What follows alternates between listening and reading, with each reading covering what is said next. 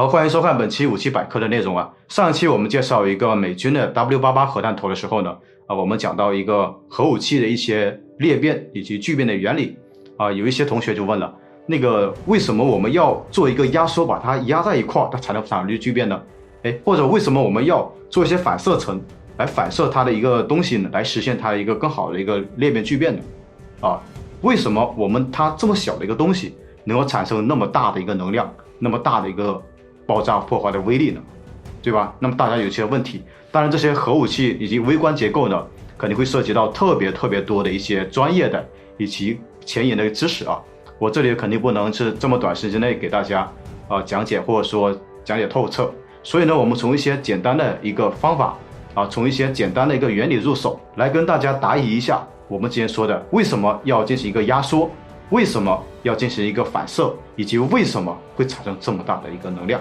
这一切都得从原子裂变说起。自然界中有一些又大又重、密度还比较高的元素，比如铀235、钚239等等。它们的原子核中有大量的带正电荷的质子和不带电荷的中子等等。带相同电荷的质子会因为排斥力互相排斥，但是为什么没有远离呢？是因为有合力的作用下保持了一个稳定平衡。当这个原子平衡被打破，分裂成两个小的原子之后，两个部分都携带有大量的正电荷，所以这两个部分会因为排斥力迅速的分离。这就是其能量的来源之一。虽然一个原子能带来巨大的能量，但是要在宏观的角度去实现价值，则需要大量的原子才能实现。那么该如何实现呢？关键在于一个中子分裂一个原子，然后原子分裂产生2个乃至3个中子，再继续分裂其他的原子。这意味着可以发生链式反应，只需要极少数的原子裂变，就可以引起大量的原子发生裂变，从而获得大量的能量。但是这里面会存在一个问题，那就是产生的中子并不足以维持链式反应。这其中会有个叫做亚临界和超临界的状态。我们做个假设，一枚中子击中一个原子发生裂变，裂变释放的几个中子再去击中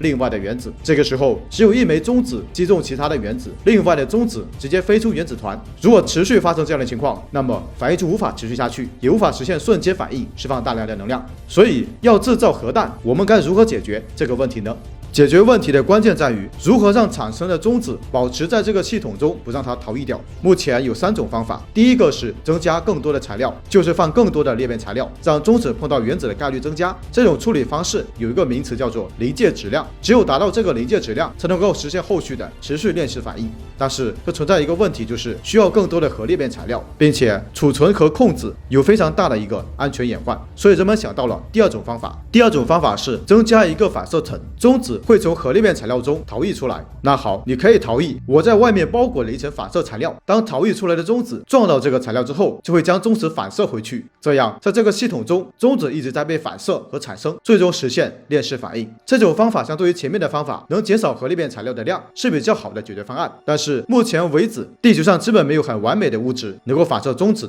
所以第3种方法就出现了。第3种就是通过一种方式将核裂变材料压在一起，压得更加致密，这样原子之间的距离就更加的近，因此中子就有更大的概率击中原子。但是核裂变材料如果压缩的足够之后，它们就会升温，制止发生裂变。因此在设计核武器的时候，就需要好好的考虑这个问题。以上这3种方法呢，是目前比较好的一个解决方案第一种方法使用更多的原料来实现它的一个裂变的一个效果，但是呢，这个存在一个临界质量的问题并且呢，那么多的原料也不好存储，所以呢，非常的危险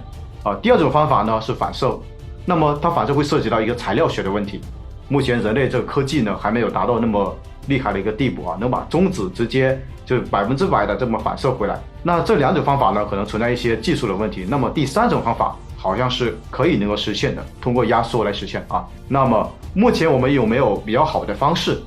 利用这3种方式呢，来给我们的一个核武器呢提供一个更好的又小的质量又大的一个爆炸当量的方法呢？答案就是把上面3种方法完整的结合起来就可以实现。好了，这就是之前关于 W88 核弹头的一些内容的补充大家对于军事武器的一些沟通交流以及学习呢，我们可以互相进行一个沟通更多精彩的一个武器军事知识呢，欢迎大家关注我们的一个账号武器大讲堂。好，我们下期再见。欢迎大家在微信里面点击右上角的加号按钮，选择添加朋友，点击底部的公众号，并输入武器大讲堂，选择第1个武器大讲堂，关注我们，这里面有你想要的一切。